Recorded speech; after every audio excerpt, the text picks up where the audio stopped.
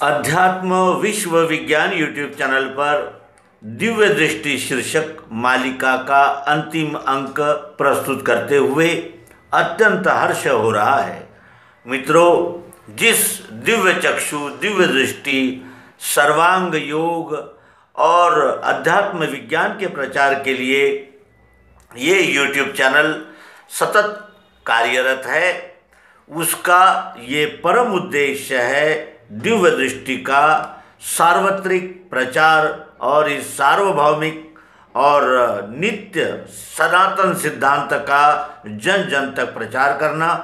और इस उद्देश्य में यह यूट्यूब चैनल कितना सफल कितना असफल हुआ है, इसका निर्णय हमारे प्रेमी पाठक मित्र आचार्य कर सकते हैं।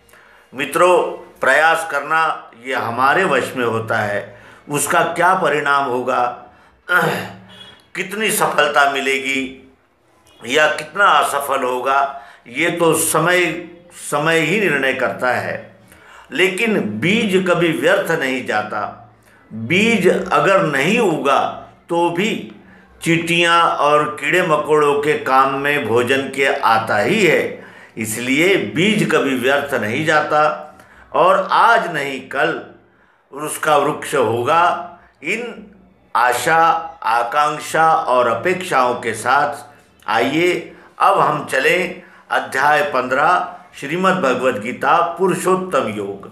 हमने इसके पूर्व के 2 एपिसोड्स में क्षर अष्टधा, अक्षर जो निराकार है, चाहत जरूरत प्रियत्व रूप वो आत्मा जो कण कण में ओत प्रोत व्याप्त है, और इन दोनों का लय जिस पुरुषोत्तम नाम विश्व वस्तु में हो जाता है, उसका हमने संपूर्ण बोध लिया। अब इस सिद्धांत के विषय में 15वें अध्याय का समापन करते हुए व्यास मुनि भगवान श्री कृष्ण जी के मुख से कह रहे हैं कि यो मामेवं सम्मूढ़ो जानाति पुरुषोत्तमं स सर्वविद भजति मां सर्वभावेन भारत इति गुह्यतमं शास्त्रविदमुक्तं मया नघ एतद् बुद्ध्वा बुद्धिमान् स्यात् कृतश्च भारत।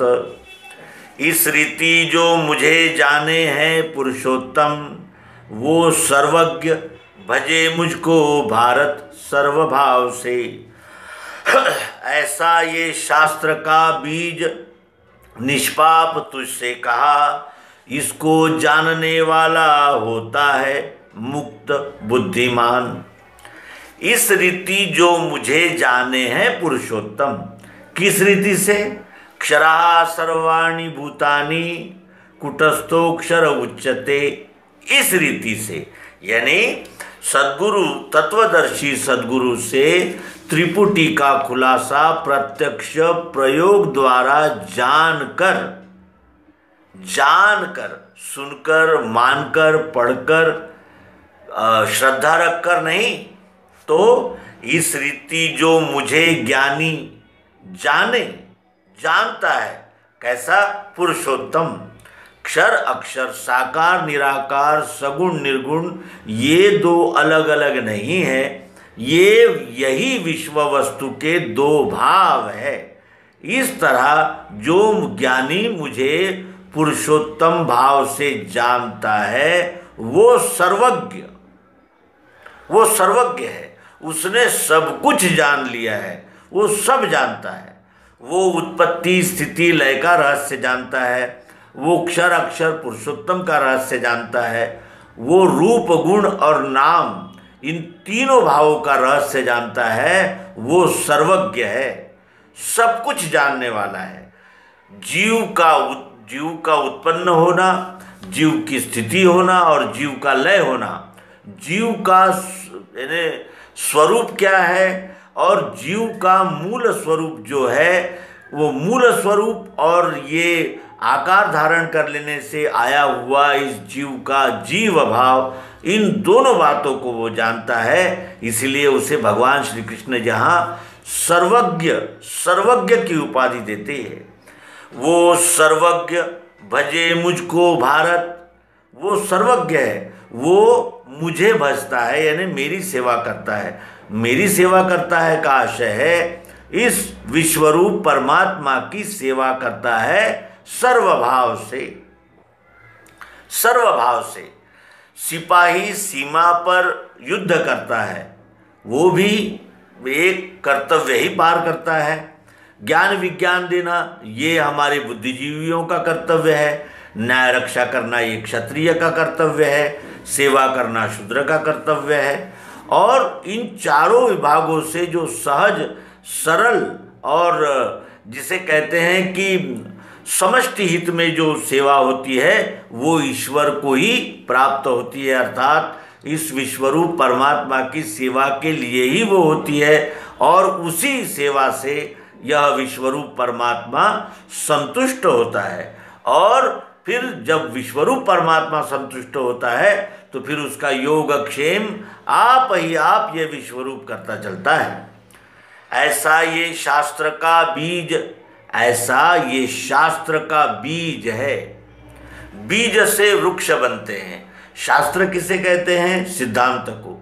जिस सिद्धांत के यानी सिद्धांत से इस शास्त्र का बीज पड़ जाने से ये विश्व ही विश्वरूप परमात्मा है ऐसा जानने में आता है।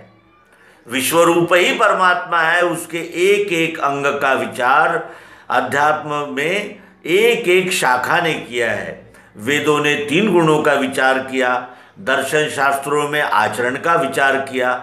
इस प्रकार सभी शास्त्रों ने इसी विश्वरूप परमात्मा का ही शोध लेने का प्रयास किया है, लेकिन वो आंशिक रूप से और खंड खंड होने से उसका संपूर्ण बोध नहीं हो पाता, जो कि तत्व ज्ञान से सद्गुरु हमें प्रत्यक्ष योग युक्ति के द्वारा करा देते हैं। और वही पुरुषोत्तम को जो जानता है वो सर्वज्ञ इस विश्व सेवा के लिए उपस्थित हो जाता है और वो उसकी सेवा में कर्मफलाशा और कर्तृत्व का अभिमान, इन दोनों भावनाओं का समन्वय हो जाता है। ये दोनों भावनाएं उसमें से निकल जाती है क्योंकि वो पिंड का ब्रह्मांड से एकात्म स्वरूप जान गया है। और ऐसा ये शास्त्र का बीज निष्पाप, अर्जुन को यहाँ भगवान श्री कृष्ण जी कहते हैं कि निष्पाप, अर्जुन निष्पाप है। क्यों ऐसा कहा? निष्पाप क्यों है? क्योंकि सभी जो यानी जिसे कहते हैं प्रचलित मान्यता है कि धन संपत्ति सम्मान इनके लिए ही सारे कार्यरत है। लेकिन अर्जुन क्या कह रहा था कि मैं अपने गुरुजनों पर हथियार नहीं चलाऊंगा, मैं ज्येष्ठ लोगों पर हथियार नहीं चलाऊंगा। और ये वो कब कहता है? जब वो 14 वर्ष का वनवास, 1 वर्ष का अज्ञातवास और संपूर्ण जीवन भर के लिए ईर्ष्या का जहर जिसने सहन किया है, वो अर्जुन कहता है कि भले ये मुझे मार दें लेकिन मैं नहीं मारूंगा, क्योंकि उसके मन में यानी काम भोग की लालसा नहीं है। वो निष्पाप है, निश्चल है। और निश्चल होने से ही उसे श्री कृष्ण जी जैसे सद्गुरु मिले और तत्वबोध के द्वारा उसे संपूर्ण समाधान की प्राप्ति हुई। ये तभी हुआ जब वो निष्पाप था। ऐसा ये शास्त्र का बीज निष्पाप तुझसे कहा, इसको जानने वाला, इस सिद्धांत को जानने वाला होता है मुक्त, बुद्धिमान, मुक्त हो जाता है वो। फिर देह भावना और ये अनेक प्रकार की वासनाएं, कामनाएं, महत्वाकांक्षाएं, अनेक प्रकार के जो कुटिलताएं और ये अनेक प्रकार के जो विकार, इनसे वो मुक्त हो जाता है। वो सभी संदेह संशयों से मुक्त हो जाता है, बुद्धिमान। यहाँ बुद्धिमान कहा है अध्यात्म विज्ञान को जानने वाले को। अध्यात्म विज्ञान को जानने वाला बुद्धिमान होता है। बुद्धिमान यानी बुद्धि को जिसने प्राप्त कर लिया है। तो क्या अन्य कार्यों में बुद्धि की आवश्यकता नहीं होती है? होती है, लेकिन द्वैत बुद्धि की होती है। अध्यात्म विज्ञान को जानने पर वही द्वैत बुद्धि समत्व बुद्धि हो जाती है। जैसे उछलता कूदता हुआ यानी झरने, यानी जिसे कहते हैं कि झरने का पानी वही जब नदी में बहने लगता है तो किस तरह संथ बहता है, उस तरह यही चंचल बुद्धि समत्व को धारण करके समत्व में स्थित हो जाती है। और वो मुक्त बुद्धिमान पुरुष बनाने का, मुक्त बुद्धिमान पुरुष का यानी संपूर्ण उदाहरण भगवान श्री कृष्ण जी ने अर्जुन के रूप में उपस्थित कर दिया और उसे स्वकर्म में जागृत और प्रेरित किया।